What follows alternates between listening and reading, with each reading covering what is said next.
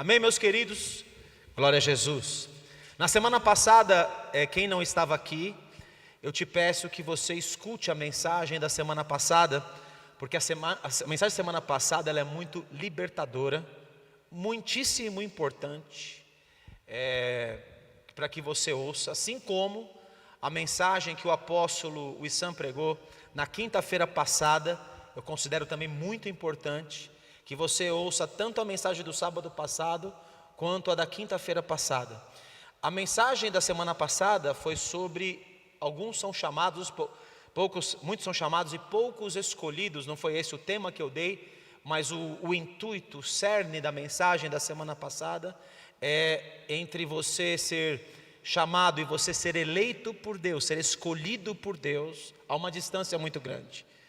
E tem pessoas que foram chamadas de acordo com o propósito. Nós gostamos da parte A do versículo, que é a parte todas as coisas cooperam para o bem daqueles que amam a Deus. Mas não prestamos atenção na parte B do versículo, aqueles que são chamados segundo o seu propósito. O chamado tem a ver com propósito e as coisas cooperam para o bem daqueles que amam a Deus, dos quais foram chamados para um propósito. O fato do Senhor Jesus nos chamar não garante que nós somos escolhidos.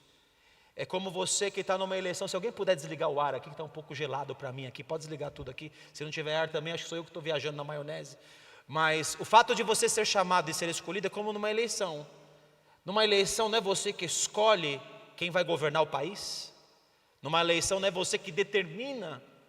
Quer dizer, deveria ser assim? Não é isso que deveria acontecer se não houvesse coisas erradas, ou fraudes, ou compras de votos? Era assim que deveria acontecer. No reino do homem, nem sempre a gente pode encontrar justiça, mas no reino de Deus, a justiça está, a justiça paira. E Deus, quando elege, Ele elege por justiça. O Senhor nos elege como justo. E a justiça de Deus, ela não opera a não ser através de um componente. A justiça de Deus, por mais que seja difícil de nós entendermos, ela não tem nada a ver com mérito. A justiça de Deus não tem nada a ver com meritocracia. O curioso é que nós temos uma mentalidade meritocrata. Nós achamos que se nós fizermos algo bom, vou dar um exemplo, se nós jejuarmos, então Deus está obrigado a me abençoar, porque de fato eu jejuei. Eu jejuei, então estou esperando que Deus me abençoe. Afinal de contas eu paguei um preço, afinal de contas eu fiz um sacrifício a Deus. Então eu espero que Deus me ouça e porque eu fiz isso, Ele vai liberar algo para mim. Tem pessoas que jejuam para que a sua vida fique melhor, não no sentido de que você se pareça mais com Jesus, mas jejuam para que Deus possa liberar coisas, destravar coisas, ou lhe conceder coisas, ou lhe conceder uma casa, lhe conceder um carro, lhe conceder um marido, lhe conceder uma esposa. Pessoas jejuam, buscam de Deus, entendem que Deus se move por mérito. Talvez a mensagem dessa noite seja a parte B da mensagem da semana passada. Ela é diferente, mas ela também se encaixa. E eu queria que você prestasse atenção nisso. A nossa mentalidade foi programada para ser meritocrata. Esse aí não merece. Eu terminei a semana passada falando sobre o sumo sacerdote Josué, que estava com as suas vestes sujas de pecado. E nós entendemos assim, esse sumo sacerdote não poderia estar em pecado. E esse sumo sacerdote não representava somente ele, mas toda a nação de Israel. Só que aí vem um anjo do céu, e o diabo está à esquerda dele, ou à direita de Deus, para se opor. E o diabo estava opondo esse sumo sacerdote de Deus, porque esse sumo sacerdote de Deus trazia vestes manchadas. O que significa, querido? Que eu posso estar limpo, bonitinho diante de todo mundo, mas se minha veste está manchada, o reino do Espírito, ele enxerga diretamente. Ele vai enxergar a minha vestimenta, e o diabo vai se opor, porque ele está vendo algo nas suas vestes que está te sujando, e que não permite que você seja pleno na presença de Deus. Mas ao mesmo tempo, e eu entendo que ele se arrependeu, o sumo sacerdote Josué, porque também tem um anjo, e é o anjo do Senhor. E ao mesmo tempo, isso está tudo em Zacarias capítulo 3, e o anjo do Senhor se apresenta e fala assim: mas esse é para mim um tição tirado do fogo. Significa que uma pessoa que tem chamado, tem propósito, e é um eleito de Deus, ainda que se suje, não quer dizer que você não precise corrigir o erro, mas que o Deus está mantendo o propósito de fé à medida que você se arrepende e em fé pede perdão a Deus. Então o anjo fala: tira as vestes sujas, coloca vestes novas, vestes limpas, vestes brancas. Você pode dar um aleluia em glória a Deus? A esperança para nós, amém, queridos? Afinal de contas, quem não tem pecado aqui atira a primeira pedra, né? Não estamos nesse nível, não somos desse nível. Todavia fomos chamados para um nível muito alto em Deus. Fomos chamados para um nível de santidade superior, muito grande. Eu vou falar sobre isso nessa noite. E Deus vai lá, limpa, coloca uma mitra na cabeça dele, que era aquela que vinha no sacerdote. Santidade ao Senhor, e ele é santificado por Deus. O objetivo final de Deus é que todos nós sejamos santificados. Agora, nenhum de nós é santo. Não é santo na sua caminhada, todavia é santificado por aquilo que Jesus realizou. Só que Jesus realizou não tem mérito nosso, queridos. E eu não sei porque às vezes a gente acha que tem algum mérito nosso nisso. Só existe um mérito seu entre ser chamado e ser escolhido, chama-se fé. Fé no que Jesus realizou e não no que você realizou, porque a sua justiça e a minha são como trapos de imundícia, não vale nada diante de Deus. Não vale nada. Você não merece nada. Por mais difícil que seja, e por mais chocante que seja para você ouvir essa frase nessa noite, você não merece absolutamente nada da parte de Deus. Isso coloca todos nós no mesmo lugar, miseráveis, pobres, carentes de misericórdia de Deus. Não há um que faça o bem, não há um sequer. Não há um que não tenha se extraviado, não há um sequer. É muito curioso que o Senhor Jesus, e eu não daria pregar nada disso, já estou falando que o Espírito Santo já está tomando minha boca, amém? Está disposto aí? Aperta o cinto, que lá vem chumbo, o cinto da verdade. Vê a mulher pega em adultério, a lei manda apedrejar. Pessoa que é pega em flagrante adultério tem que ser apedrejada para que a lei se cumpra. Os homens trazem para Jesus, esperando ouvir agora: ele vai obedecer à lei? Ou será que ele vai usurpar, vai negar, vai quebrar a lei? E o Senhor Jesus não precisa quebrar a lei, ele só precisa chamar a consciência. Quem é aqui que não tem pecado? Atira a primeira pedra. E a começar pelos mais velhos, os mais experientes, aquele que já viveu a vida. Porque às vezes a gente é novo demais e acha que é velho demais. A gente é pequenininho demais e acha que a gente é grande demais. Quando Davi peca contra Deus, o Espírito Santo está tomando minha boca, queridos. Quando Davi peca contra Deus, ele está falando aqui comigo, enquanto eu prego para você. Quando ele peca contra Deus, ele vai perceber que ele estava longe de Deus. Deus fala para ele assim: eu não te dei tudo, Davi. Eu te dei tudo. Te dei uma mulher, te dei outra, e você vai pegar a ovelhinha do outro? É triste a realidade de quem nós somos, queridos, mas às vezes a gente não quer deparar com ela. Vou dizer uma frase para você, queridos: Deus nunca quis dar a lei. Eu te provo. Abra sua Bíblia em Gálatas capítulo 3, versículo 19. Para nós que queremos viver da lei, estamos debaixo de maldição. Escute isso que eu estou dizendo, porque a lei, ela amaldiçoa quem não permanece em todos os seus preceitos, que não observa toda a lei para cumprir. Agora eu te digo, queridos, se Deus está falando que é impossível, e que Ele teve que morrer por mim e por você, porque para nós era impossível, e quem é réu de um mandamento é réu dos 613, com culpado nós somos. Que desgraça de vida, hein?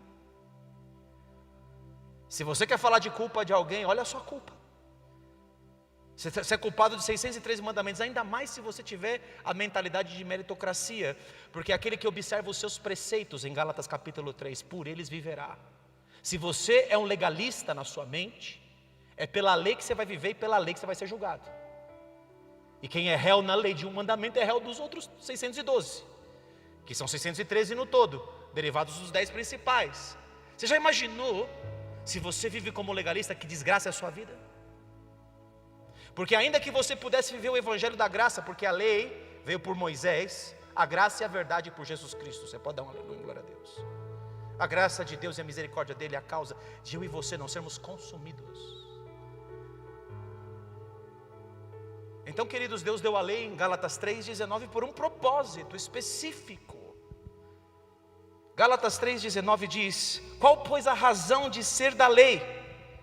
Foi adicionada por causa das transgressões, até que viesse o descendente, a quem se fez a promessa, e foi promulgada por meio de anjos, pela mão de um mediador. O nome dele é Moisés, o mediador. É o ministério dos anjos, não é o ministério, Deus não quis dar, ela foi acrescentada, algo que foi acrescentada não foi o plano original. E por que a lei foi acrescentada? Romanos capítulo 3, versículo 20, para que se cale toda a boca, para que todos sejam culpáveis diante de Deus. A lei veio equivaler todo homem, eu e você, debaixo do pecado, veio calar nossa boca. Desde o começo, desde o princípio desse culto que o César falou, sobre somos vasos na mão do oleiro, Deus quer quebrar a gente. Os louvores acompanharam essa dimensão. O Espírito Santo está falando conosco nessa noite, querido, você não tenha dúvida disso. E Ele quer ministrar profundamente ao nosso coração. Entenda que a lei foi adicionada. Tudo que a lei faz, os seus cerimoniais, tudo aquilo foi adicionado para um propósito. Por que a lei foi adicionada? Porque o homem quis viver independente de Deus, foi a escolha do homem. Ah, você quer viver independente de mim? Então cumpra isso aqui, ó, Eduardo. Cumpra tudo isso. Te dou 613 mandamentos, obedeça a ele, e você vai para o céu. É o jovem rico que diz assim: Senhor, o que eu farei de bom para dar a vida eterna? E Jesus fala para ele assim: ó, bom é Deus. Bom é um só. É só Deus. Não tem nenhum de nós que é bom aqui, queridos. Entenda isso. E o jovem rico fala assim: então, Senhor, mas o que eu faço então para dar a vida eterna? Ele fala: conhece os mandamentos. Se você quer por você mesmo, em outras palavras, herdar o céu, você já conhece a lei. Ele fala: quais? Ele fala: não matarás, não adulterarás, não dirás falso testemunho, honra teu pai e tua mãe. Ele fala: Senhor, tudo isso eu tenho observado, eu sou bom, eu sou galo bom. Tem o galo ruim e o galo bom. A piadinha do galo ruim e do galo bom. Eu sou galo bom. Deus fala assim, Jesus o ama e diz: mas uma coisa te falta. Vai, vende tudo o que você tem e dá aos pobres, e terás um tesouro no céu. Então vem e me segue. E o jovem rico vai embora triste, porque era dono de muitas propriedades. Duas coisas que o jovem rico, que observava outros mandamentos, ele não observava. O primeiro mandamento que ele não observava é amar a Deus sobre todas as coisas, porque as riquezas dele eram mais importantes para ele. A segunda coisa que ele não observava é que ele não amava o próximo como ele mesmo, porque ele não foi capaz de entregar as suas finanças para que o outro vivesse aquilo que ele vivia. Ele não amava a Deus sobre todas as coisas, os principais dois mandamentos, e não amava o próximo como a si mesmo. E Deus fala, o Senhor Jesus fala: então quão difícil é para um rico herdar o reino dos céus. Você me entende, querido? Você me entende quão difícil é? Se eu vou andar pelos mandamentos, pelo mérito, pela meritocracia. É por isso que eu entro na mensagem agora. O nome da mensagem dessa noite é o Evangelho Epicureu e Estoico e o caminho dos eleitos. Pegou aí, Robertinho? Então pega aí, filho. O Evangelho Epicureu e Estoico e o caminho dos eleitos. Eis aí o título da mensagem. Agora que eu dei essa introdução, você vai poder entender o que eu vou dizer aqui em Hebreus capítulo 10. Abre em Hebreus capítulo 10. É muito tremendo esse apóstolo Paulo, queridos. Esse era que estudou aos pés de Gamaliel, que conhecia a lei das formas mais profundas. Ele consegue entrar numa dimensão que até hoje grande parte da igreja, eu diria, talvez 98% da igreja não consegue entrar.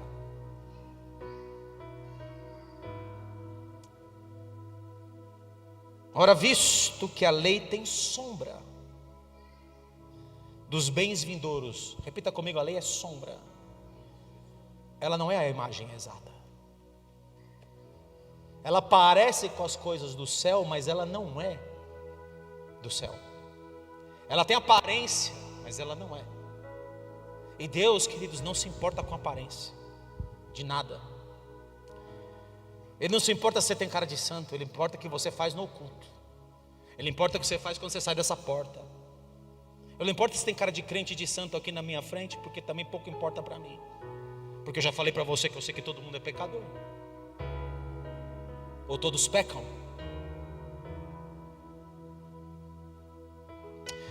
A lei tem sombra dos bens vindouros, não a imagem real das coisas, e jamais pode tornar perfeitos os ofertantes. A lei não aperfeiçoa ninguém. Tudo bem para você essa frase? Ou ela te choca? Os mandamentos não aperfeiçoam ninguém. Eu já falei para você, o mandamento veio te matar, não veio te ressuscitar. Então que direito eu tenho de usar o mandamento contra alguém? Que direito é o meu? Ou contra mim mesmo? Porque se você está no mandamento, querido, só tem um lugar para você destinado, chama-se inferno. Acabou para você. Porque eu já falei que é impossível que alguém obedeça. Com os mesmos sacrifícios que ano após ano perpetualmente eles oferecem, a lei traz um sistema sacrificial. Por quê, queridos? Porque o salário do pecado é a morte. O homem peca no Éden e vê a sentença, morte para sempre. Você está banido da presença de Deus, você está banido da árvore da vida. Você não pode comer do fruto para viver eternamente. Tem 2 querubins guardando o jardim e ninguém pode entrar. Ninguém passa por 2 querubins revolvendo espada de fogo.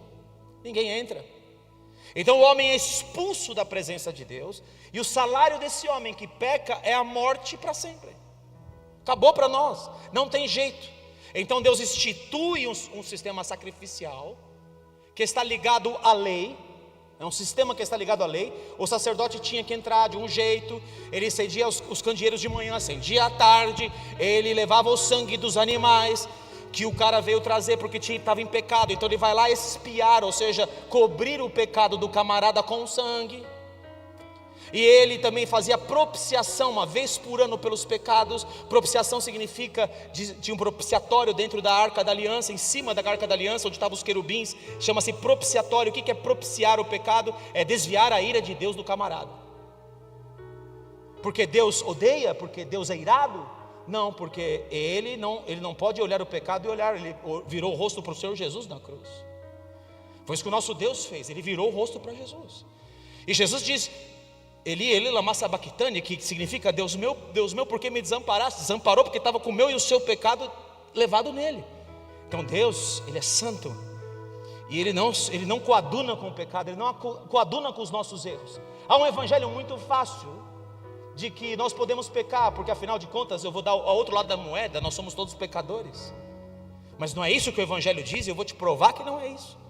Deus quer que eu e você nos tornemos pessoas santas. Só que toda santidade de meritocracia é morte, porque você nunca vai conseguir. E tem um jeito de você conseguir ser santo, e esse jeito está em Jesus. Já vou adiantando tudo aqui. Muito bem.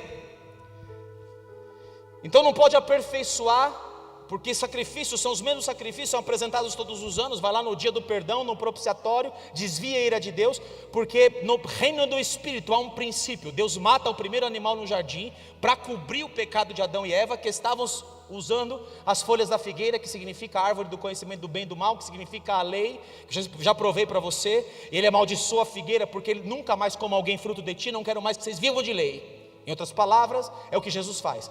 E ele vai 2 vezes procurar fruto na figueira, ele não acha fruto na figueira. Por 3 anos, na entrada ministerial dele, no final do ministério dele, ele amaldiçoa a figueira, porque fala: não vou conseguir fruto dessa árvore.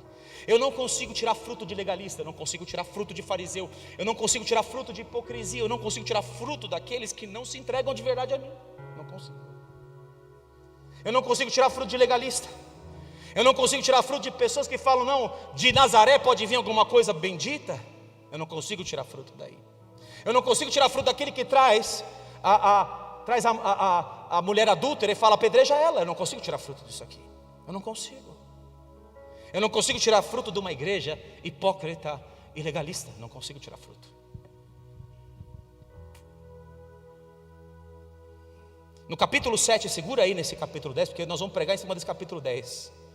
No capítulo 7, diz no versículo 11: Se, portanto, a perfeição houvera sido mediante o sacerdócio levítico, tribo de Levi, ok? Para quem que Deus instituiu como tribo sacerdotal? A tribo de Levi, tudo bem, queridos? Então, se a perfeição viesse pelo sacerdócio levítico, que empunhava a lei e cobrava as pessoas de acordo com a lei, pois nele, inclusive, quem trazia as leis ou lia as leis eram sacerdotes, levitas. Pois nele baseado o povo recebeu a lei, que necessidade haveria ainda que se levantasse outro sacerdote, segundo uma outra ordem chamada a ordem de Melquisedeque. Esse aqui é Jesus Cristo, que não era e nunca foi da tribo de Levi, era da tribo de Judá. Então como que alguém pode exercer o ofício sacerdotal se ele não é da tribo de Levi? Então Jesus está quebrando protocolos? Não, ele, no começo do capítulo ele diz que Abraão, que foi pai de Levi, dizendo que ele foi muito antes de Levi, entregou os dízimos a Melquisedeque, e o maior abençoou o melhor, o que significa que o sacerdócio levítico, e Abraão recebe as ofertas do sacerdócio levítico. Abraão é maior que Levi, assim como Melquisedeque é maior que Abraão, porque Abraão pagou os dízimos para Melquisedeque. Você acompanhou o raciocínio aqui? Ou ficou muito complicado? É o que está no capítulo 7, nos primeiros versículos. Então, eu sei que a mensagem de hoje, você tem que ficar ligado aqui comigo, fica aqui, senão você não vai pegar.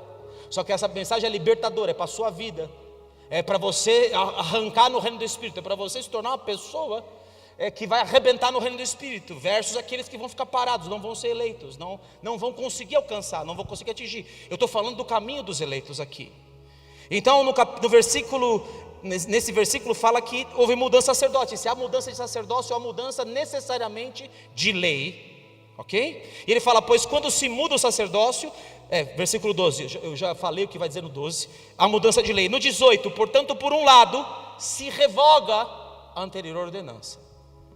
Para quem acha que a lei não foi revogada, Jesus ele cumpriu toda ela para revogá-la. Jesus revogou a lei. Se revoga a anterior ordenança por causa da sua fraqueza e inutilidade. Todo mundo que é ministro do sacerdócio da lei é fraco e inútil no corpo, no reino. Pois a lei nunca aperfeiçoou coisa alguma. E por outro lado, se introduz a esperança superior, pela qual nos chegamos a Deus. Há uma esperança superior. Deus quer que todos nós nos cheguemos a Ele. Essa mensagem é muito tremenda. Eu tenho um livro que eu ainda não escrevi, chamado A Ordem de Melquisedeque. Isso aqui é parte desse livro. Voltando para o capítulo 10, agora que você está entendendo o que eu estou falando. Está comigo aí? Está comigo que quando você quer viver pela lei, você é fraco e inútil? Você pode querer ter mérito, mas você vai acabar morrendo, falindo, se estrepando? Muito bem. Então, de outra sorte, não teriam cessado de ser oferecidos os sacrifícios que eram oferecidos pela lei, porquanto os que prestam culto, tendo sido purificados uma vez por todas, não mais teriam consciência de pecado. Significa que toda vez que você vai lá, derrama o sangue para cobrir o pecado, você tem a consciência do pecado, porque você não está livre do pecado. Ano a ano o cara ia lá, entregava o sacrifício dele, o sumo sacerdote no Yom Kippur, se tivesse puro, ele tinha que derramar o sangue pelo pecado dele, pelo pecado do povo. Se ele tivesse puro, então ele não morria fulminado no Santo dos Santos. Agora, se ele tivesse impuro, queridos, ele morria, era puxado pela cordinha. O problema é que nós temos consciência de pecado. Se você tem consciência de pecado, você lembra do seu pecado e é consciente dele, é porque você está vivendo em pecado, é porque você está vivendo na lei, é porque a consciência sua, que está no Espírito, puxa, tudo quanto se aprofunda, né? Mas a sua consciência é parte do seu espírito, ela te acusa. É o Espírito que, na verdade, te convence. Quem acusa é o diabo, quem convence é o Espírito Santo. Convencerá para sempre o Espírito com o homem. Tem um tempo limitado, esse tempo está ligado a 6.000 anos, também não posso entrar nisso. Entretanto, nesse sacrifício faz-se todos os anos. Quem quer viver da lei vai recordar pecado, vai lembrar de tudo, vai lembrar da desgraça que foi a vida. Porque é impossível que o sangue de touros e de bodes remova pecados. É impossível. Ué, então por que Deus pede sacrifício se é impossível? É para matar. 2 Coríntios capítulo, segura aqui, que eu estou tendo que explodir a Bíblia para você entender, ok? Em 2 Coríntios, um pouquinho para trás, capítulo 3.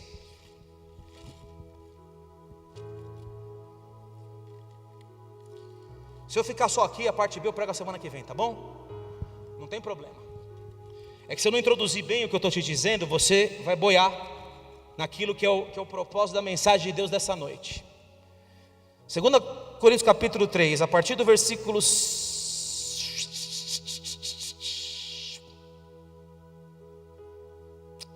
E se o ministério da morte, versículo 7, de 2 Coríntios capítulo 3. Repita comigo, o ministério da morte. Gravado com letras em pedras. Que ministério é esse gravado com letras em pedras? Alguém pode dizer para mim, por favor? É a lei. Foi gravado em pedra lá no Monte Sinai? Sim ou não? Gravou para Moisés? Foi gravado nas pedras? Sim ou não? Então esse ministério dado a Moisés é o ministério da morte. Posso ouvir um outro amém aqui? Amém. Cuidado se você estiver andando no ministério da morte. Deus quer você no ministério da vida. Eu vim aqui para libertar você. Deus me mandou pregar essa mensagem hoje. O ministério da morte, gravado em pedra, se revestiu de glória. Tinha até uma glória, a ponto de os filhos de Israel não poderem fitar a face de Moisés. Algo de morte está brilhando o rosto de Moisés, por causa da glória do seu rosto, ainda que desvanecente. É uma glória passageira. Então ele colocava o véu para ninguém ver que a glória que ele viu referente à lei, ele é o mediador da lei, ela é morte e ela é passageira. Como não será de maior glória o ministério do Espírito? Você pode dar um aleluia, glória a Deus? O ministério do Espírito é glorioso. Porque se o ministério da condenação, a lei diz, não faça isso, não faça aquilo, foi glória, em muito maior proporção será glorioso o ministério da justiça. Oh glória, graça e paz, justiça e paz. Esse é o ministério de Jesus, queridos. Porquanto na verdade o que outrora foi glorificado neste respeito, já não resplandece diante da atual sobre excelente glória. O ministério da lei não prevalece diante da glória do ministério da justiça. Você pode dar um aleluia? Porque o que se desvanecia teve sua glória, muito mais glória tem o que é permanente. Diga permanente, para sempre, nunca vai cair por terra, sempre estará aí. O ministério de Cristo é eterno. Ele é o sumo sacerdote da ordem de Melquisedeque, porque ele está à direita do Pai, na glória, e ele nunca morreu, ele vive, aleluia. Por isso o ministério dele é perpétuo, é o ministério da justiça, é o ministério da graça, é o ministério da misericórdia, do amor. Esse é o ministério de Jesus. Tendo pois tal esperança, servimos de muita ousadia no falar, e não somos como Moisés. É difícil você ouvir isso.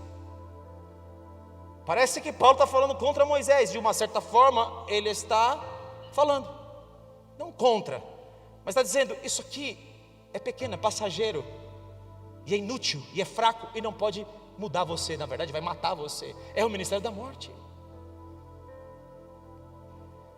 E não somos como Moisés, que punha véu sobre a face, para que os filhos de Israel não atentassem na terminação do que desvanecia. Mas os sentidos deles se embotaram, não percebiam mais as coisas, pois até o dia de hoje, quando fazem a leitura da antiga aliança, ou seja, a lei, o mesmo véu permanece, não lhe sendo revelado que em Cristo é removido. Para você entrar no ministério de Cristo, você precisa de revelação. Revelação. Em Cristo é removido, mas até hoje, quando é lido Moisés, o véu está sobre o coração deles. Quem observa o ministério da morte tem um véu no coração e não é modificado. É hipócrita, é fraco, é inútil no reino. Temos que tomar um choque. Eu já fui isso.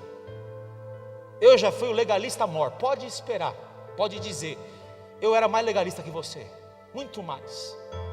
Eu vim de um mundo de pecado, muito pecado. Quando eu me converti, para mim tudo era lei. Não pode, não toque, não faça. Para mim tudo era lei. Eu sei do que eu estou falando para você. Eu sou que nem Paulo, eu era legalista. Tinha uma santidade da qual eu me orgulhava dela. Até que Deus esfregou meu focinho de cachorro, de inútil no chão. E falou, está vendo como sem mim você é um pó morto, uma porcaria. Você está vendo? Estou falando de mim, não estou falando de você não. Mas te serve. Como eu, cheio de tanto pecado, querido, tenho qualquer direito. Como que eu posso? Eu que cometi tantas coisas ruins. Quem sou eu? Quando, porém, algum deles se converte ao Senhor, conversão é verdade, é genuíno. O véu, e agora eu vou te abrir o que é véu. Jesus rasgou a carne dele, e a Bíblia chama de véu, lá em Hebreus 9, não precisa abrir. O véu é a carne, toda a carnalidade não permite que você veja a glória. Todo legalismo da sua parte fecha o teu coração para ser transformado por Deus. Todo legalista não conhece a Deus. Ora, se o Senhor é Espírito, e onde está o Espírito do Senhor, aí é liberdade, não libertinagem. Onde está o Espírito de Deus, nós somos livres. Oh glória! Ele pode libertar você, Ele pode transformar você, só Ele que pode, você não pode. Entenda isso, não há mérito, nunca haverá. Se você está santo, você não pode entrar na presença dEle. Se você está impuro, também não pode entrar na presença dEle. Você só pode entrar na presença dEle pelo sangue de Jesus, pelo novo e vivo caminho que Ele consagrou pelo véu, isto é, pela sua carne, quando Ele rasgou no Calvário. É por isso que você pode entrar. Não há mérito, você não pode estar santo hoje eu não pequei, pastor, vou subir no louvor, vou louvar. Não! Você não pode. Pastor, hoje eu estou endemoniado, fiz um monte de coisa errada. Também não pode. Mas se você minutos antes se ajoelhou no altar, sincero de coração, e pediu perdão, o Senhor está te esperando ali, porque Ele é misericordioso, e Ele conhece a tua natureza carnal, Ele sabe que você é pó.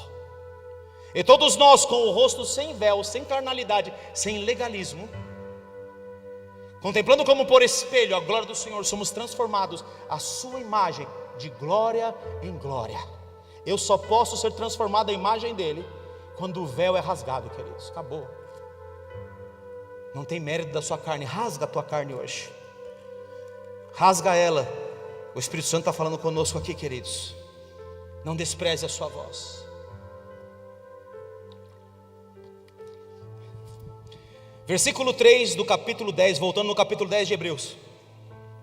Eu não sei nem se eu vou conseguir avançar hoje,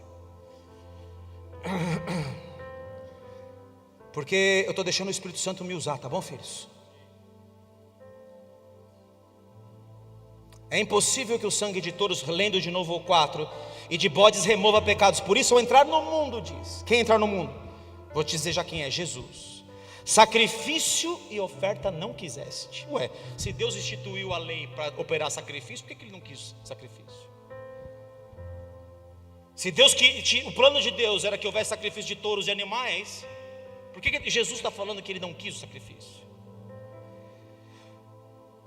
Sacrifício e oferta não quiseste, antes um corpo me formaste. Não te deleitaste com os holocaustos e ofertas pelo pecado. Então eu disse, em outras palavras, eis-me aqui, envia-me a mim. Eis aqui estou, no rolo do livro está escrito a meu respeito, para fazer, ó Deus, a tua vontade. Glória a Deus. O que Deus quer é um ministério que faça a sua vontade. Ele quer sacerdotes. Eu estou falando com sacerdote aqui, homens, sejam sacerdotes na tua casa. Você é o cabeça desse lugar. Não deixa a sua casa virar uma loucura. Nós estamos enfrentando um demônio aqui, que os meus líderes sabem quem é. E esse demônio só se derruba com o sacerdócio. Eu estou pregando para sacerdotes nessa noite. Levanta a tua cabeça, homem. Seja homem de Deus, seja homem de oração, seja homem que ouve a voz do Espírito Santo. Não seja um comandado. Ele aceitou a mim porque eu quis fazer a sua vontade. Jesus está dizendo: eu sou um sacerdote que cumpre. O que eu sou nele, o que é puro, eu entrego para Ele. Eu estou aqui para não fazer a minha vontade, eu estou aqui para fazer a vontade daquele que me enviou. Eu estou aqui para entregar a maior expressão de adoração que existe. É um sacerdote que veio aqui para fazer a vontade de Deus. O que você entrega é você. Vou repetir essa frase: aquilo que você entrega é você. Se você entrega um sacrifício tolo de lei, isso é você. Se você entrega hipocrisia, carnalidade na presença dele, isso é você para Deus. O que ele vai aspirar? Um cheiro horrível. Quando você entrega a vontade dele para ele, de volta para ele, e não uma obediência porque eu sei que isso é certo, então eu vou fazer, porque isso é hipocrisia da mesma forma.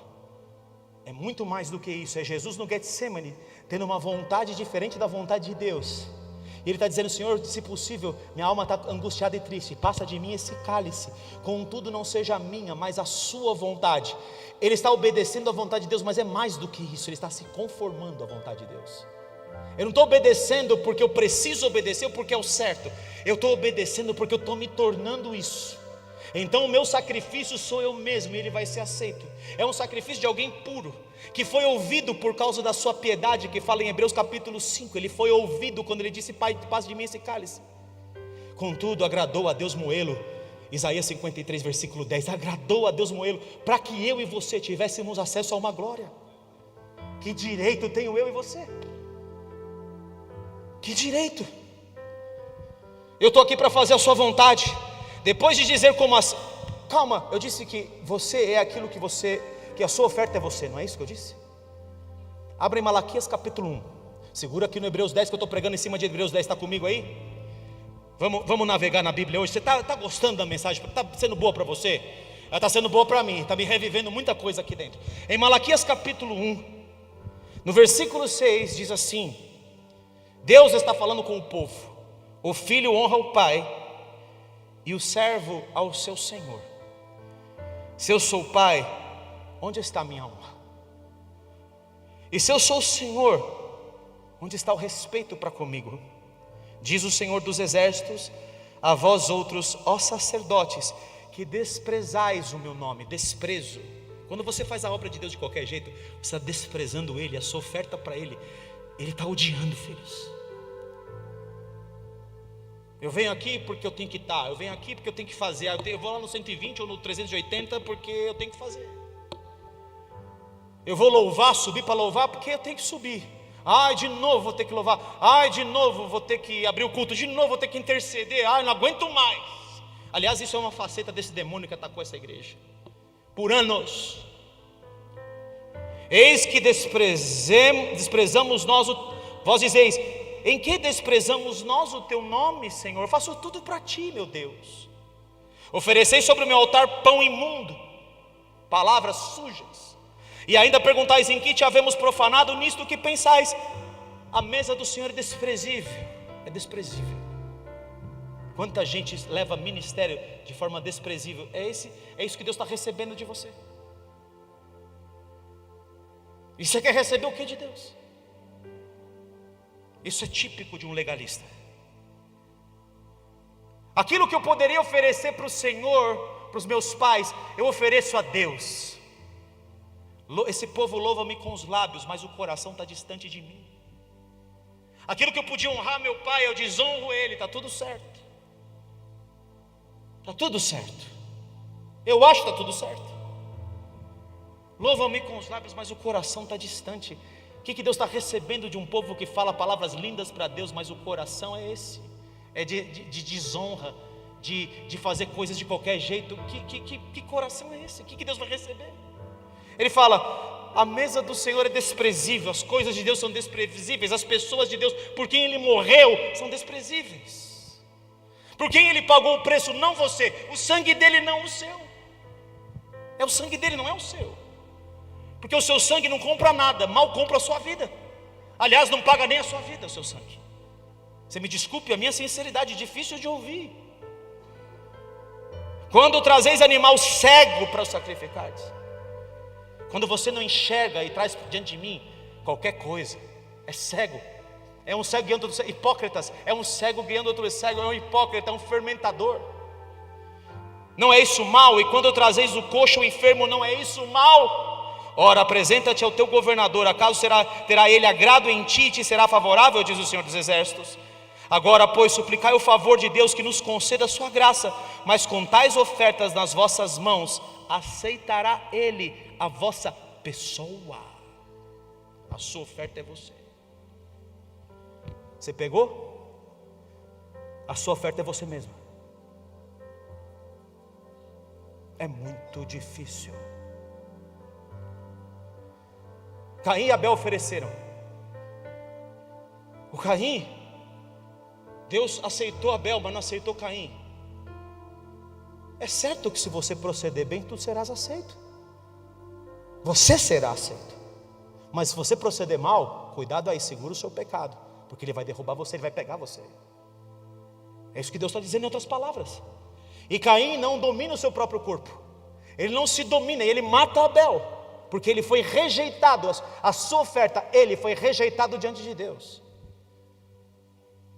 Muitos são chamados, poucos escolhidos. Parte 2 da mensagem. Então eu disse, versículo 8 agora do capítulo 10, volta lá comigo.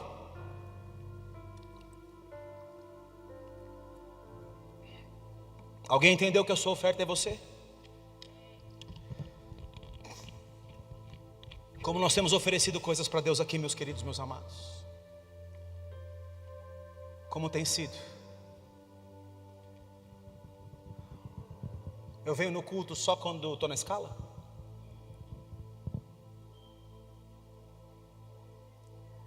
Eu faço as coisas para Deus para ser visto por algum homem, porque ele vai falar que legal, hein, Cezão? Parabéns, está indo para a Jordânia. Não estou dando nenhum recado para você, eu só estou dizendo que é muito lindo você ir para a Jordânia. Será que é isso?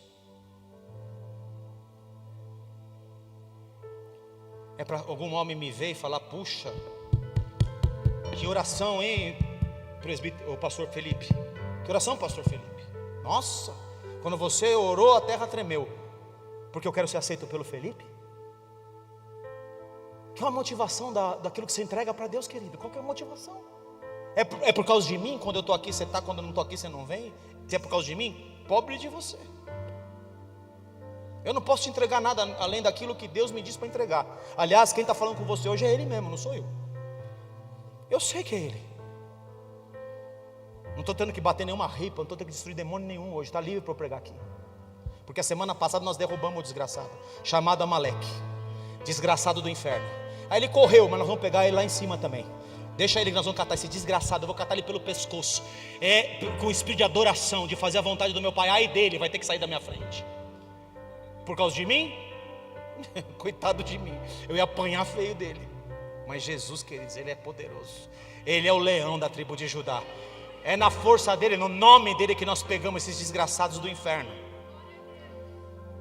Versículo 8: depois de dizer como acima, sacrifícios e ofertas não quiseste, ele repete: nem holocaustos e oblações pelo pecado, nem com isto te deleitaste, coisas que se oferecem segundo a lei. Então acrescentou: eis que aqui estou para fazer, ó Deus, a tua vontade. Ele fala de novo: eu estou aqui, porque aquilo que eu sou é fazer a vontade, para adorar o Senhor, na integridade que o Senhor merece ser adorado.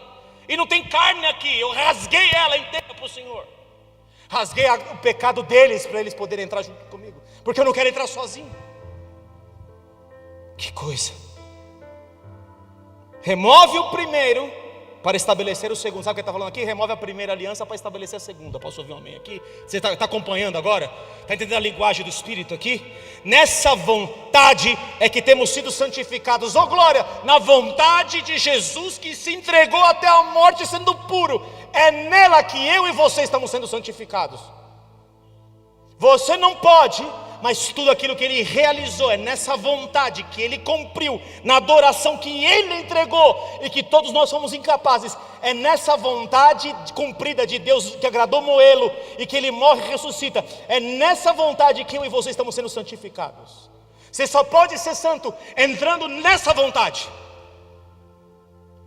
É o único jeito.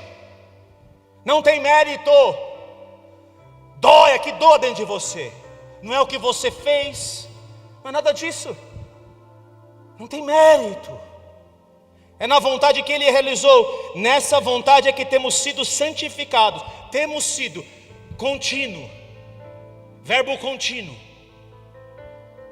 Mediante a oferta do corpo de Jesus. Como que eu sou santificado? Na oferta dele, não na minha. O que eu entrego para Ele é trapo de imundície. Uma vez por todas.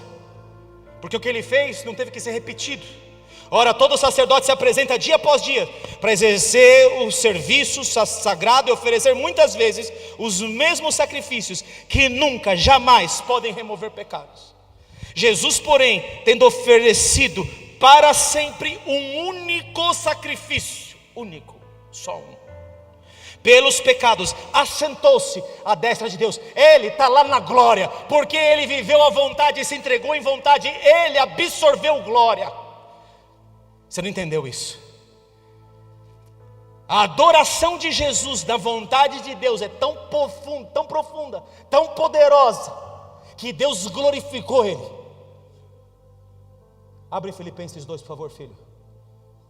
É tão profundo que glória só se vive com o sacrifício de vontade diante dele. Senão você não experimenta a glória. E só se vive isso no sacrifício dele. Esse é o único sacrifício perfeito. É o único sacrifício aceitável a Deus, agradável a Deus. Todavia você pode se unir a esse sacrifício, se santificando nele, fazendo a vontade nele. Você entra na mesma dimensão que Jesus. É muito tremendo. É muito lindo, querido. Você vai ver aqui. Isso aqui é explosivo. Tem que explodir dentro de você. Leia do versículo 5 em diante, filho.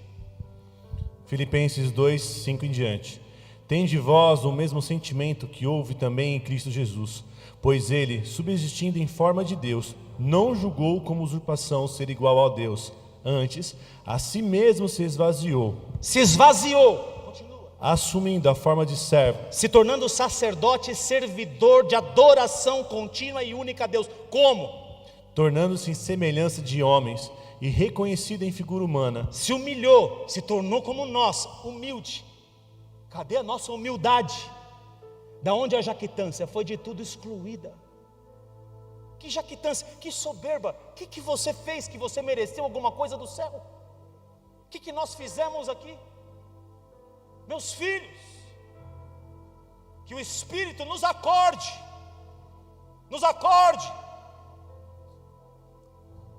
e a si mesmo se humilhou, tornando-se obediente até a morte e morte de cruz. Sacrifício com obediência, e inteireza de coração. Ele é um sacrifício, porque no começo de tudo foi dito a ele que o nome dele era Jesus, que significa Salvador. Ele veio para salvar, não para condenar.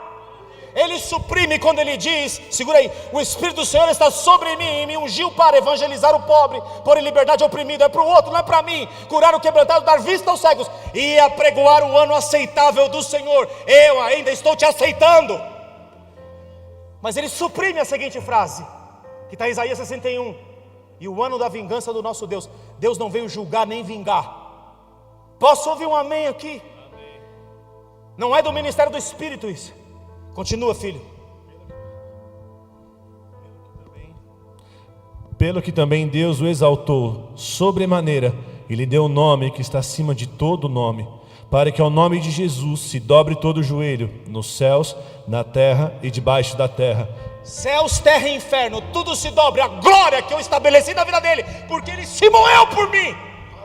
Ele se entregou inteiramente, não tinha nada falho aqui na entrega dele. É a verdadeira e mais profunda adoração. Não existe outra nesse naipe. Não existe. Não existe nada que você possa fazer a menos que você faça. Por isso que Paulo fala: eu estou sendo oferecido por libação. Eu sou o líquido que vai em cima do sacrifício. Eu não sou o sacrifício. Eu estou brilhantando o sacrifício dele. Eu estou molhando o sacrifício dele. Porque eu combati o bom combate, eu completei a carreira, eu fiz a vontade dele contra tudo, contra todos. Eu me associei a ele.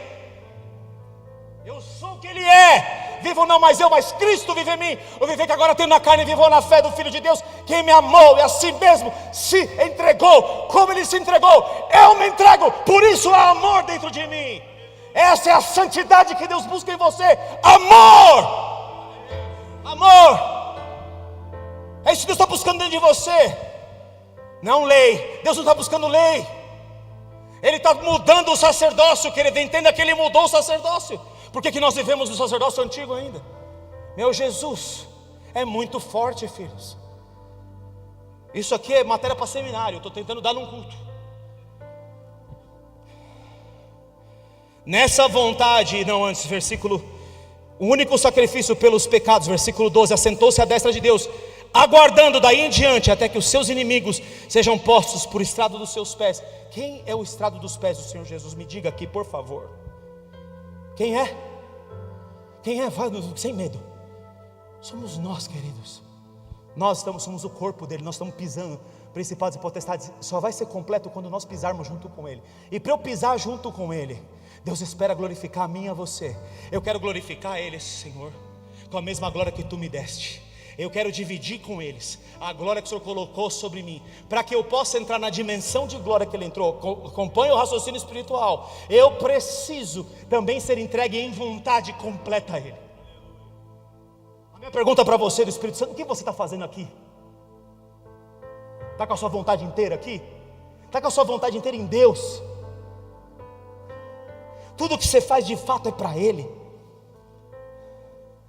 É para ele do jeito que ele quer, ou do jeito que Caim quis entregar algo para Deus que ele nunca recebeu? E Deus também não aceitou. É do jeito dele ou é do seu? Hoje é o dia de quebrar o seu jeito. O seu jeito não serve nada. Aliás, nós não temos jeito. Quem dá jeito em nós é ele. Vou repetir: nós não temos jeito. É um jeito que só o sangue nós. Eu sem o Espírito Santo, queridos, eu sou um traste. Não queira me conhecer sem ele, porque você não vai gostar do que você vai ver.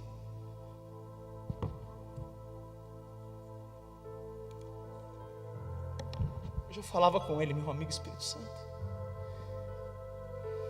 Ele entrou lá no meu quarto. Eu lembro dele em todos os momentos, querido. De que minha mãe morreu, que era a pessoa que eu mais amava. Eu só amo mais a Pamela do que ela. E Deus me pediu para entregar minha mãe, porque um dia eu disse para Deus: eu não sei o que significa amar Deus sobre todas as coisas, porque eu amo a senhora mais do que eu amo ele. Alguns anos depois ele veio me cobrar. Minha mãe estava com câncer. E Deus veio me cobrar e falou assim: quem você disse que você ama mais? Não cobrar no sentido, tá vendo que eu te disse que você tem que amar mais eu do que ela? Porque isso é imposição. E onde está a vontade? Onde está o sacrifício? Onde está? Ele queria me convencer, que ele queria que eu visse o que ele já tinha trabalhado em mim. Em poucos minutos de convertido, no tempo espiritual, poucos minutos, eram poucos anos. Minha mãe faleceu em 98, eu me converti em 94, poucos minutos. Ela orava por mim e me viu me converter. Mas, queridos, eu estava em jejum de líquido. Eu falei: não vou comer enquanto Deus não curar ela no hospital. E eu tomava só Gatorade. Aprove a Deus que em 5 dias, eu fazendo um jejum que não podia fazer nada por ela, porque Jesus já tinha feito na cruz. Eu não entendia, não tinha entendimento. Era simplesmente impor as mãos, ela ser curada, mas também não era por mim, porque eu não tinha esse dom. Eu podia simplesmente orar como orei. E minha mãe veio a óbito no dia, na noite que eu entreguei ela. Senhor, eu lutei por ela, o Senhor é mais importante para mim, eu não vivo sem o Senhor. Eu sei que ela vai estar em um lugar muito melhor do que nas minhas mãos. Eu não esqueço, filhos, que ela deu 1 hora, me ligam do hospital, sua mãe foi. Vem aqui buscá-la. Eu não sabia nem como fazer as coisas, fui fazer tudo sozinho. No dia seguinte eu estava lá no enterro dela. E eu fui tomado pelo Espírito Santo de um abraço, de um consolo, é como se eu não tivesse passado por aquilo, como se eu não tivesse, como eu não passei por isso. Não doeu. O jejum, na verdade, era para eu me preparar para viver aquilo. E eu falava com o Espírito Santo hoje, que um dia eu disse para ele: Senhor, eu quero a intimidade com o Senhor como nenhum homem já teve nessa terra. Quando a pastora do seminário, ela disse: peça um dos 9 dons do Espírito Santo para você. Eu falei: eu não vou pedir nenhum deles, eu peço o Senhor, Espírito Santo. Eu não estou pedindo o dom, eu estou pedindo o Senhor. Eu quero intimidade com o Senhor. Isso eu quero. Só. Ele me usa nos dons por misericórdia. E é para a glória dele mesmo. Por que eu vou pedir uma coisa que é para ele? É dele. E aí eu fui numa conferência, estava tendo uma conferência do Morre Cerulo, que era um profetaço de Deus, que as pessoas eram curadas. E eu estava indo na conferência dele para pedir, antes da minha mãe falecer, eu queria pedir para ele ir comigo no hospital, para orar pela minha mãe. E aí, estou lá com ele, estou lá nesse congresso, eu entro na fila, que as pessoas, todos que assistiram o seminário, eu recebi um som. Eu enterrei minha mãe e fui para o seminário à tarde. Entrei na fila. E aí me dividiram, a hora que eu estou passando me dividem. Puf! E eu vi um homem no púlpito. E era um homem que era tomado pelo Espírito Santo. E eu olhava para ele, ele sapateava, rodopiava no púlpito, ele era tomado. Eu falei, eu quero o Espírito Santo. Eu quero. E que fila que me cortaram? Na fila desse homem. Eu entrei na fila dele, queridos. Ele pegou as duas mãos assim. Ele falou, pega esse homem que está entregando para o Senhor. Meteu as duas mãos na minha testa, com aquele óleo. Parecia que eu estava andando no ar. Eu tive que abrir o olho para não cair. Eu não queria cair, porque eles deram o comando, ninguém caia, senão vai virar imagina que ia virar aquilo ali, um monte de gente, tinham milhares de pessoas. Não caia. Só que na hora que ele bateu a mão em mim, filhos, eu comecei a andar na nuvem. Eu não estava andando no chão. Eu bati o pé no chão, não senti o chão. Eu estava andando na nuvem.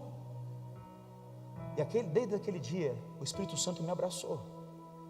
É por eles, é para ele. E eu falava com o Espírito Santo hoje de manhã, ele me tomou no meu quarto. Espírito Santo, você é meu amigo. Você me tomou na sua ternura, me abraçou, me abraça até hoje. Sou abraçado por ti, sou cuidado por ti. O Espírito Santo entrou na vaga, no lugar da minha mãe na minha vida. Esse é meu amigo. Isso é adoração, filhos. Estou falando de adoração de vontade. Eu queria ele lá, porque a minha mãe, ele cuidou de todo o resto. Será que a gente consegue entender? Aguardando daí em diante até que os seus inimigos sejam postos por estrado dos seus pés, que é a igreja. A igreja que anda nessa dimensão vai colocar principados e potestades que ainda não foram colocados debaixo do pé dela, porque com uma única oferta aperfeiçoou para sempre quantos estão sendo santificados. Olha só, o que Jesus entregou na cruz, ele santificou a mim e você para sempre.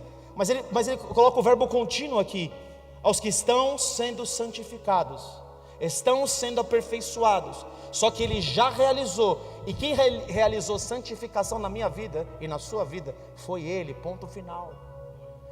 Você não tem mérito, está claro para você que não há mérito?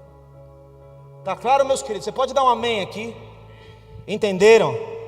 E disto nos dá testemunho também o Espírito Santo. Estou falando dele. Porquanto após ter dito, esta é a aliança que farei com eles depois daqueles dias, diz o Senhor, porei no seu coração as minhas leis e sobre a sua mente as escreverei. Onde eu vou botar a lei agora? No coração e na mente. Não está mais em tábua de pedra, não é algo externo, é algo interno. Quem guarda os seus mandamentos e os ama, esse é o que ele ama, e esse também vai ser amado pelo Pai, e ele vai se manifestar, e vai fazer pacto, e vai fazer morada nele. Tem que estar cravado dentro de mim, tem que ser eu, ele tem que dominar aqui. A lei dele não é mais um objeto de algo de observação exterior. A lei dele é algo que está cravado no meu coração e na minha mente, pelo Espírito Santo que nos foi otorgado, pelo Espírito Santo da promessa, pelo selo que nós vamos viver com ele. É pelo Espírito Santo, não é por nós. E ele fala, tendo pois irmãos intrepidez para andar na presença dele, pelo novo e vivo caminho que ele consagrou pelo véu, que eu já falei que é a sua carne. O Senhor está falando assim, porque você foi santificado por mim, não é pelo que você fez, é pela minha vontade, é pelo meu corpo, é pelo que eu realizei, você pode entrar na minha presença. Está entendendo aqui o contexto total? É só por isso que eu e você podemos entrar, querido, na presença dele. Por isso também, ele vai falar outra coisa aqui que é muito forte.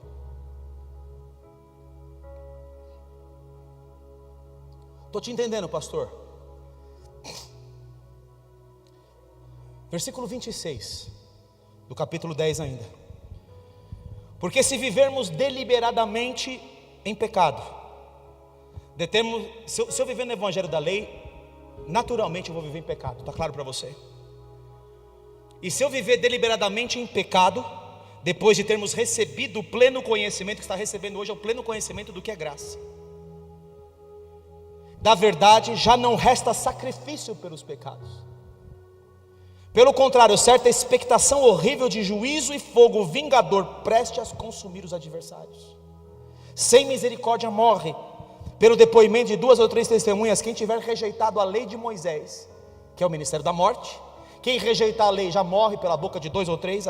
A pecadora adúltera que eu falei aqui tinha que morrer pela boca de 2 ou 3, já morria.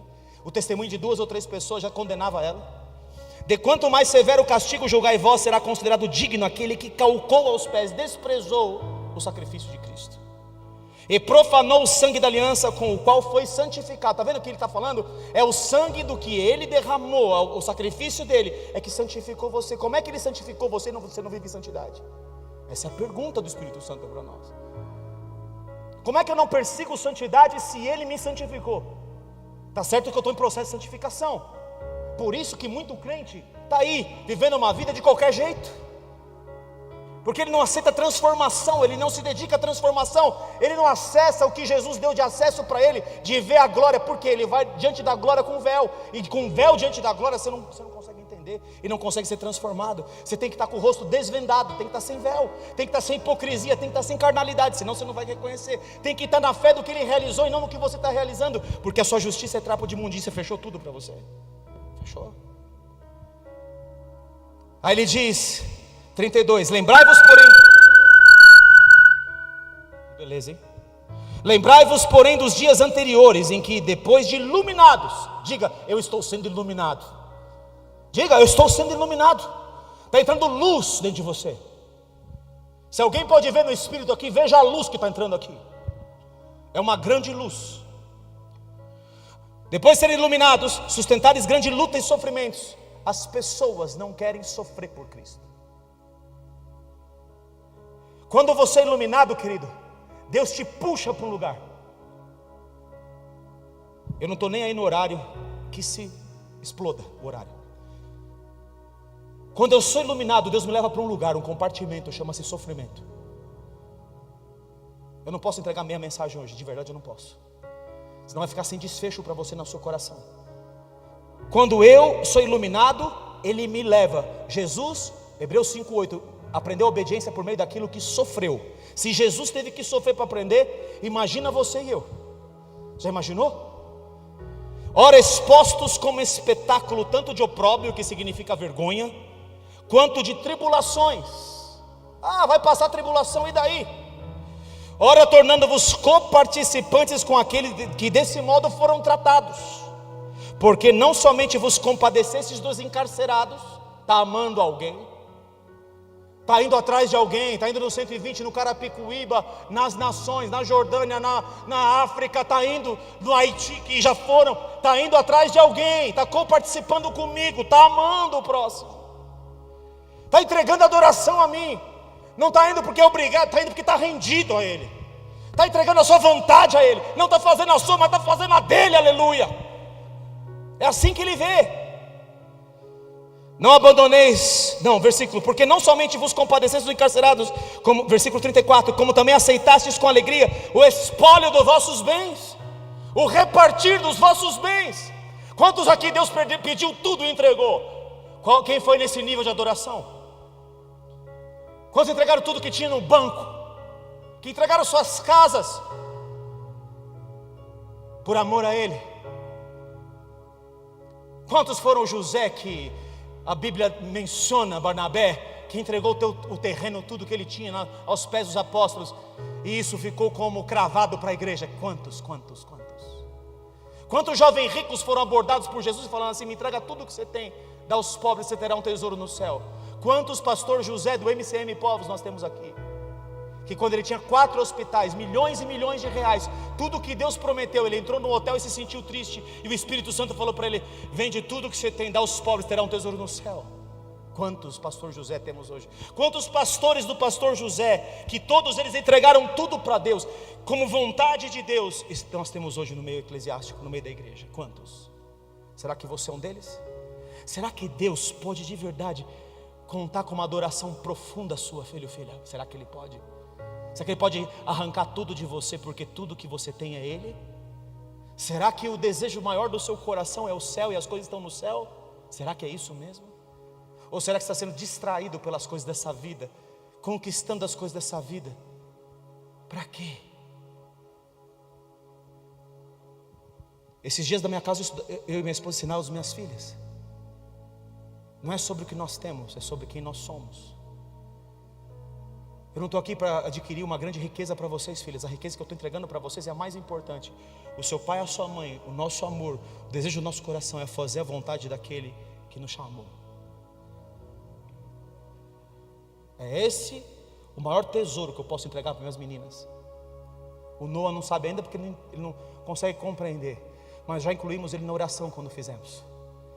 Não abandoneis, portanto, a vossa confiança, ela tem grande galardão, com efeito, tendes necessidade de perseverança nas tribulações, dos momentos difíceis, para que, havendo feito a vontade de Deus, olha aqui, feito a vontade, alcanceis a promessa, porque ainda dentro de pouco tempo eu alcanço a promessa, quando eu faço a vontade dele. Vocês estão comigo aqui? E fazer a vontade dele tem a ver com entrar dentro de um lugar chamado sofrimento, de um lugar chamado entrega profunda, no lugar que a igreja não quer entrar mais. É um lugar profundo. A igreja não quer mais. Ela não quer se entregar em profunda adoração a Deus. Ela quer as coisas que Deus pode dar. Ela quer as bênçãos. Ela quer os coaches. Ela quer o evangelho fácil. Jesus sofreu para eu não sofrer. É esse o evangelho que a igreja quer. Esse é o evangelho que Jesus não pode entregar nada. Esse não é o evangelho de glória. Mas a pessoa fala de glória: eu quero ser usado nas nações, eu quero relampear, eu quero mandar fogo cair do céu. Mas você quer acessar a glória? Não se acessa a glória com aquilo que você quer, se acessa a glória com aquilo que Ele quer. E quando a sua vontade não só está sendo feita por obediência, mas de coração a Ele. Porque ainda dentro de pouco tempo aquele que há de vir virá, e não tardará. Todavia o meu justo viverá pela fé. Se retroceder nele, não tenho prazer na minha alma. Nós, porém, não somos os que retrocedem para a perdição, somos entretanto da fé para a conservação da alma. Posso ouvir um amém, um glória a Deus, um aleluia aqui?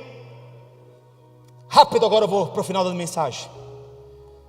Em Êxodo, capítulo de número 8. Êxodo 8. Moisés estava no Egito para julgar a nação do Egito pelo poder de Deus. Moisés é o homem que está entregue a Deus totalmente. É o homem que faz tudo por amor a Deus. No capítulo 8, a partir do versículo 18, diz assim: fizeram os magos os milagres que Moisés estava fazendo. Os dois primeiros, os magos copiaram. O diabo, ele tem uma autoridade no reino do Espírito. Mas para se você se desvincular dessa autoridade que o diabo tem, se tornar alguém que pisa nele, como é o propósito da vontade de Deus, até que os inimigos sejam postos por estrado dos seus pés. Está comigo aí? Está entendendo lá o Hebreus 10? Para que você se torne isso, tem que ter uma disposição dentro de você, do seu coração. Os demônios, eles vão conseguir repetir os milagres de Deus até certo ponto, mas quando o cara acessa a glória, ele não consegue mais alcançar. Você pode dar aleluia, glória a Deus? Moisés está aqui pelo mandato de Deus, fazendo a vontade de Deus. Versículo 18 diz, no capítulo 8: fizeram os magos o mesmo com suas ciências ocultas para produzirem piolhos, porém não o puderam. Está comigo aí? A partir de um certo ponto não puderam, mas eu vou te mostrar onde está esse ponto. Eles não puderam. E havia piolhos nos homens e no gado. Então disseram os magos a Faraó: isto é o dedo de Deus. Os magos reconheceram. Às vezes o corpo de Cristo não reconhece, mas até o feiticeiro está reconhecendo. Eu não posso tocar nele, porque se eu tocar nele vai acontecer algo no inferno aqui que vai me pegar mais. Eles não podiam tocar nele. Faraó endureceu o coração. Quem endureceu foi primeiro, depois Deus vai endurecer o coração dele para mostrar a glória dele. Mas primeiro foi Faraó que endureceu o coração. Versículo 22: naquele dia separarei a terra de Gósen, em que habita o meu povo, para que nela não haja enxames. Deus falou: vou separar uma terra dentro do Egito que chama-se Gósen. É uma terra que mana leite e mel, uma terra boa, uma terra, não é porque mana leite e mel, porque essa é a terra da promessa, mas é uma terra muito boa, próspera. Deus separa para Israel, e a terra de Gósen não é afetada pelas pragas de Deus. Assim Deus guardará os servos dele, o povo dele, diante da tribulação, da grande tribulação. Mas continuando, versículo 25: quando o diabo vê, queridos, que você está no caminho certo e que você já está tocando glória, a glória de Deus está se manifestando em você, ele vai querer desviar o propósito do seu coração. Versículo 25: chamou o faraó Moisés e Arão e disse: ide, ofereceis sacrifícios ao vosso Deus nesta terra. Eu deixo você oferecer sacrifício, porque o mandato dele para Faraó é: Faraó, eu vou sair daqui e nós serviremos a Deus lá no monte. Deus quer tirar Moisés do cenário aonde ele está e o povo do cenário aonde está. Então Faraó, quando vê que os magos dele são vencidos, quando o diabo vê que a casa dele está caindo, ele vai te oferecer um pacto, uma pequena aliança. Fica aqui comigo, faz uma aliança comigo. Vamos fazer só uma coisinha errada aqui. Não, até parece uma coisa certa. Vamos fazer um sacrifício a Deus desse lugar aqui, desse lugar que o povo desejava.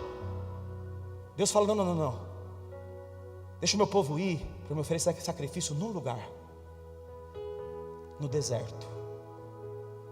Por que Deus quer que o povo ofereça sacrifício no deserto? O que tem no deserto, queridos? Deserto tem alguma coisa que te atrai? Você quer lá viver com os escorpiões, com as cobras naja? O que você quer no deserto? Quer construir uma grande cidade no deserto, para ficar lindo lá, o seu nome que ser conhecido dentro do deserto? O que você quer dentro do deserto? Você quer sobreviver. Deixa eu levar esse povo, para que a dependência desse povo seja inteiramente eu. Deixa eu fazer a água brotar da rocha para esse povo. Deixa eu trazer maná do céu para eles, dar o pão de cada dia para eles. Deixa eles entenderem que eu sou tudo para eles. Mas o povo não consegue entender, porque ele fala: tem o fastio desse pão vil que Deus fez. E em Atos capítulo 7, eu não vou abrir, diz que no coração eles voltaram ao Egito, porque o coração deles não estava em obedecer a Deus ou fazer a vontade de Deus. Deus quer tirar às vezes a gente de um cenário para levar a gente outro, porque aquele lugar ali é um lugar de adoração, é um lugar para que ele fique livre das coisas, para que ele fique livre do assédio do mundo, porque a sua adoração, enquanto ela tiver o assédio do mundo, das coisas que você quer, das coisas que você deseja, ela não se torna uma adoração pura. Então Deus te tira do cenário, Ele quer gerar no coração desse povo que Ele separou para Ele uma coisa nova, um povo sacerdotal que busque Ele. Mas o povo no primeiro momento já faz um bezerro de ouro com as suas próprias mãos, porque eles queriam seguir aquilo que eles desejavam e não aquilo que Deus queria. O que será que aconteceu com esse Moisés, que mandou cair fogo do céu, que fez tanta coisa, que transformou água em vinho, que depois mandou piolho, que julgou o Egito inteiro, que afogou o faraó com todos os demônios ali? O que será que aconteceu com ele? O povo não entrou na adoração de Deus, não entrou no sacrifício. A primeira oferta que eles fazem é para Baal, formam um bezerro de ouro, e o cara ainda chama aquele bezerro de ouro Arão. Minha esposa mostrou isso, que está no livro do João Bevere hoje.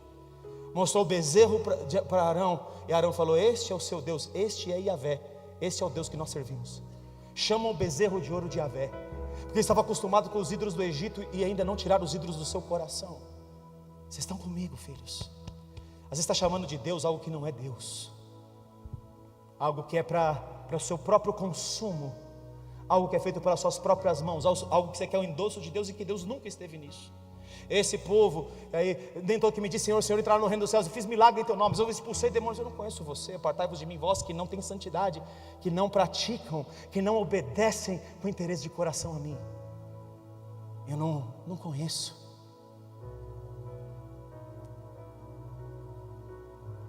Mas ele não falou para a samaritana que nem em Jerusalém, nem em Samaria se adoraria a Deus? Onde você deve adorar?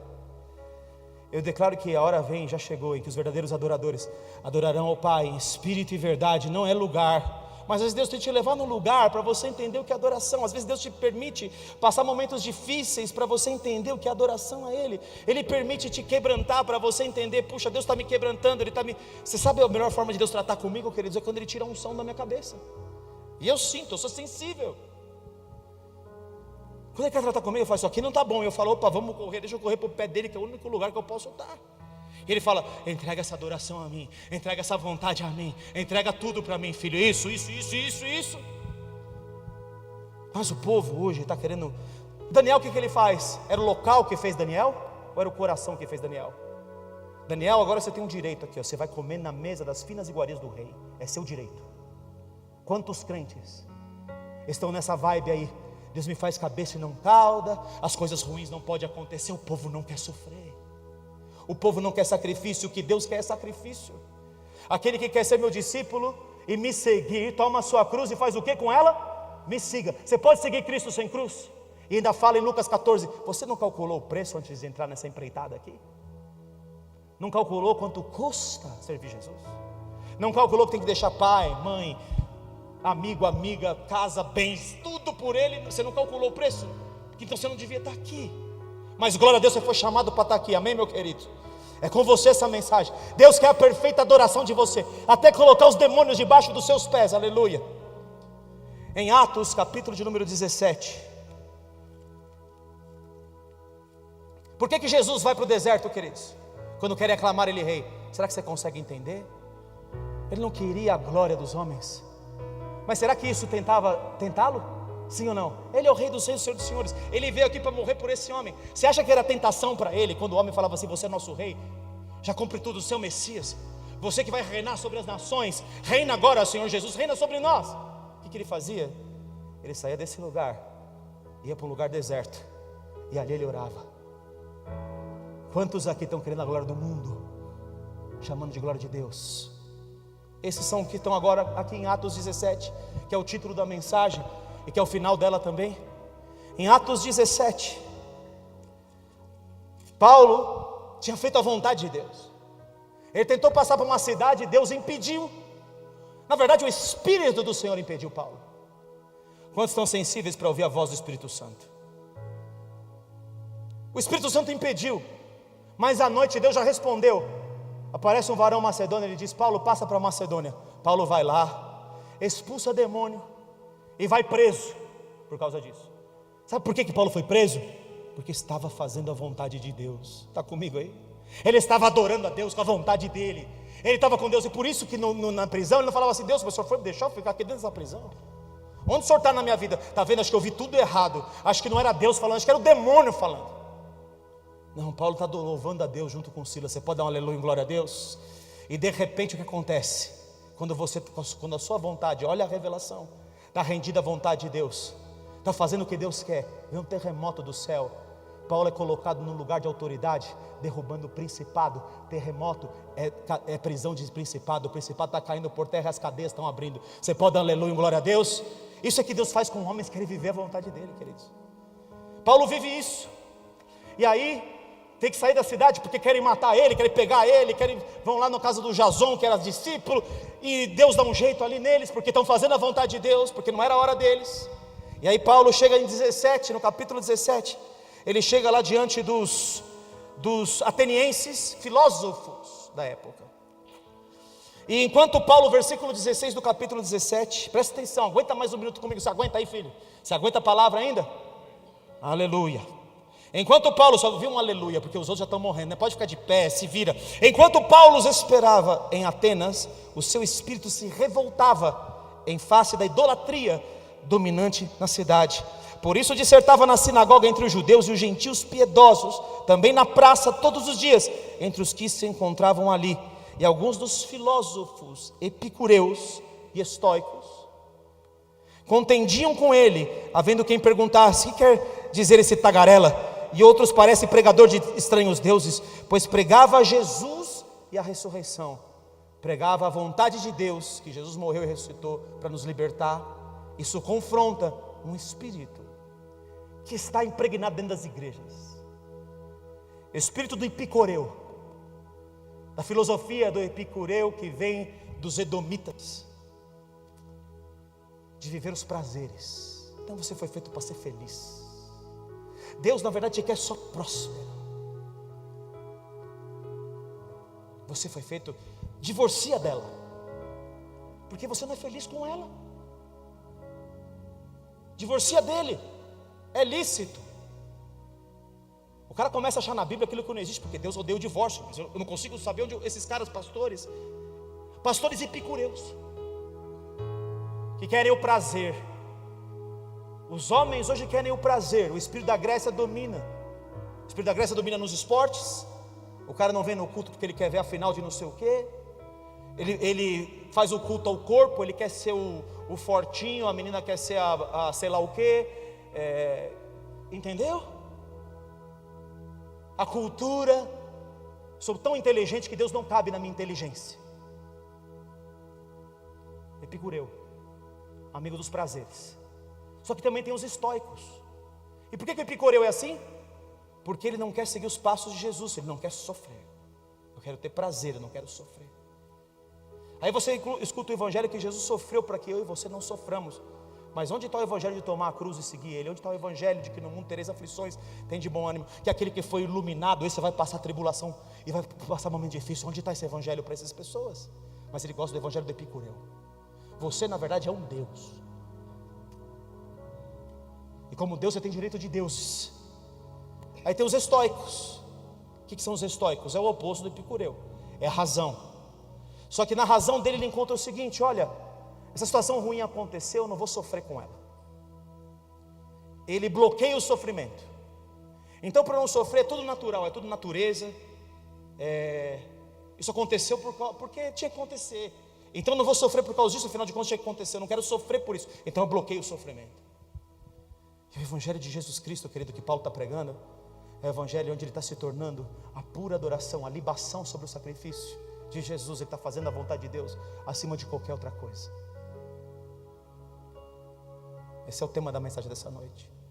O evangelho do estoico, o evangelho do epicureu e a caminhada dos eleitos de Deus. Como é que caminha o eleito?